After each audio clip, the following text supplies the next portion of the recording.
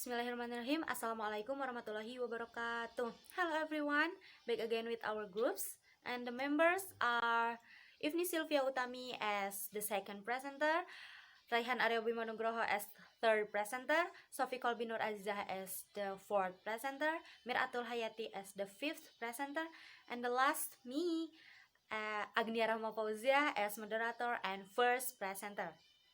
So now we will explain about nominalization and grammatical metaphor.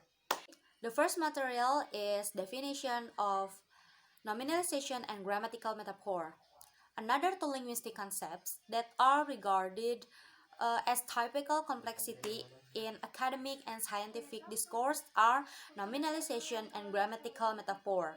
Nominalization includes two common types, verbal and adjectival nominalization, which can be formed by adding derivational suffix to a verb or an adjective, for example, master or mastery, or by changing the verb, for example, to plan or plan. The fourth linguistic concept that is considered to have interrelated relationship with lexical density and nominalization is grammatical metaphor. Grammatical metaphor, originally proposed by Halliday, is a substitution of one grammatical class or one grammatical structure by another. There are two kinds of grammatical metaphor. The first one is additional metaphor, and the second one is interpersonal metaphor. Grammatical metaphors is divided into two parts. First is additional metaphor or metaphor of transitivity, and second is interpersonal metaphor. Additional metaphor that express the meaning of experience are largely characterized through the transitivity system and realized by six main processes. There are material, mental, relational, verbal, existential, behavioral. And each process consists of three elements, namely the process, participant, and circumstantial. From Halliday in 1994 proposes that to interpret a clause in its additional function as three presentations of a process, three phases should be included. There are choice of process type that include material, mental, relational, verbal, existential, behavioral, which are realized as configuration of transitivity function that are actor, goal, sensor, manner, carrier, identifier, and sayer, receiver, existent, and behavior, which realized in turn as categorization of group, precise classes.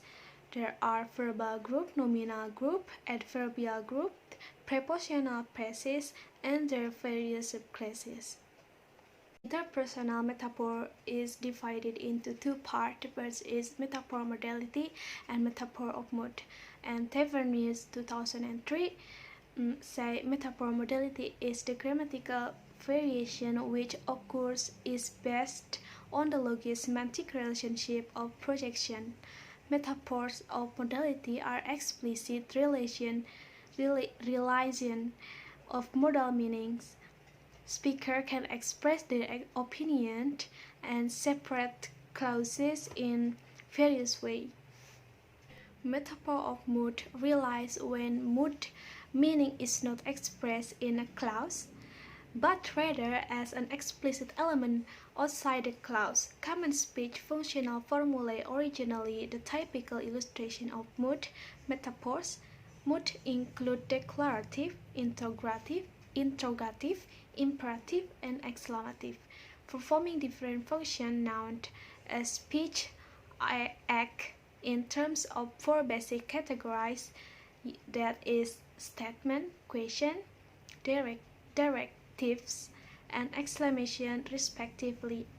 And statements are used to give an information, question used to ask for information, directive is used to get people to do things, and exclamation used to express feeling, that is from look, in 1996. Assalamualaikum warahmatullahi wabarakatuh. My name is Rayhan Nugroho, and I will tell you about the example of grammatical metaphor and nominalization. Well, grammatical metaphor is a functional way of explaining a certain kind of linguistic phenomena, while nominalization is a non-functional way of explaining a subset of them. I'll try to make it simple with examples.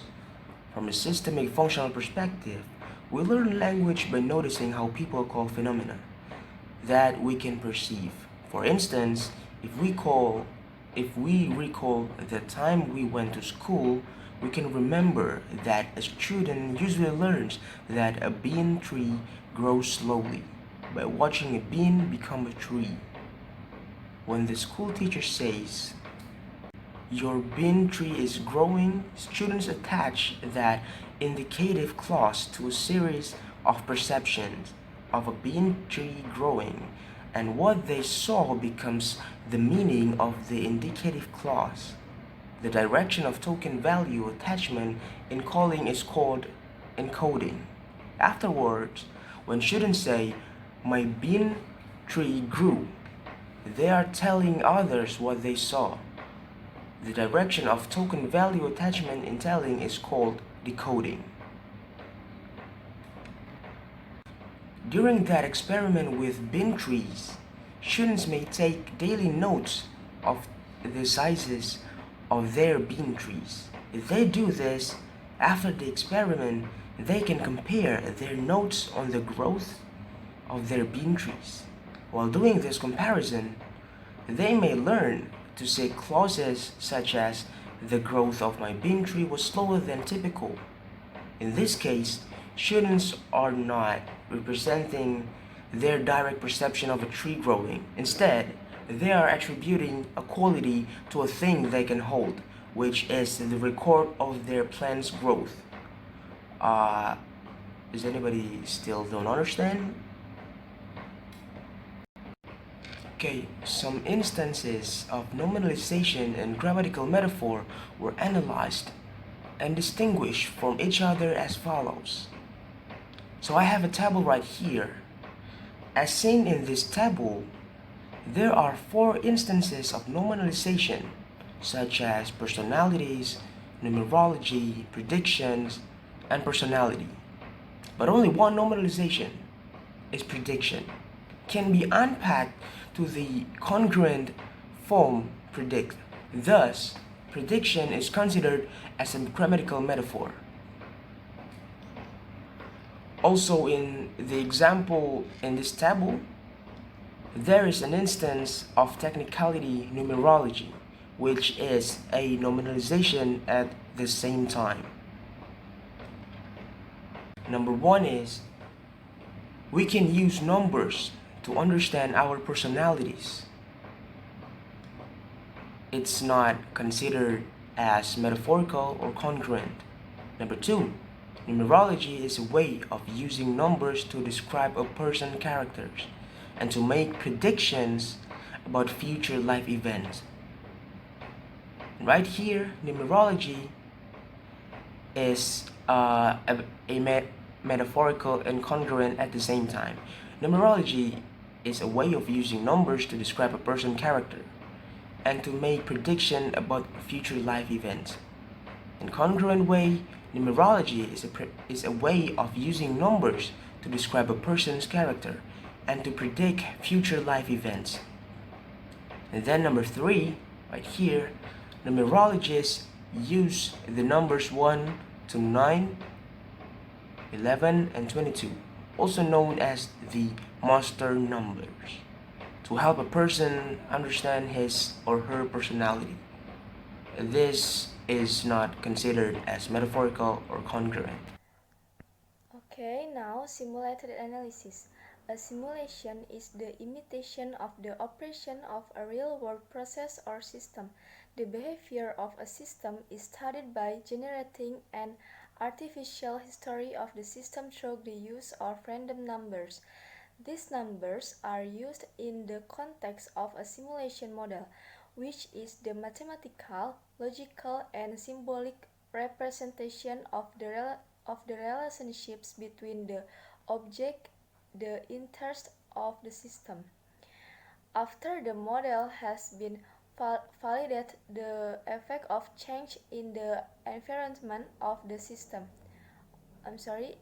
Environment on the system, or the effect of change in the system on system performance can be predicted using the simulation model. The concept of simulation analysis can be further comprehended through the following steps. The first step is to model the project. A model shows how the net present value is related to the parameters and the exogenous variables. The parameters are the variables specified by the decision maker and are held constant throughout the simulation, whereas the exogenous variables are randomly determined and are beyond the control of the decision maker.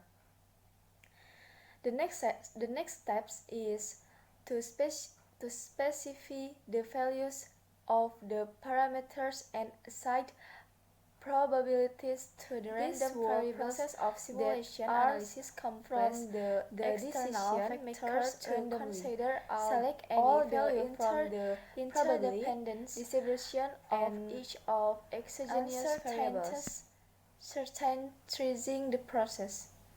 The viability of the project is determined on the basis of number of outcomes and the probabilities realized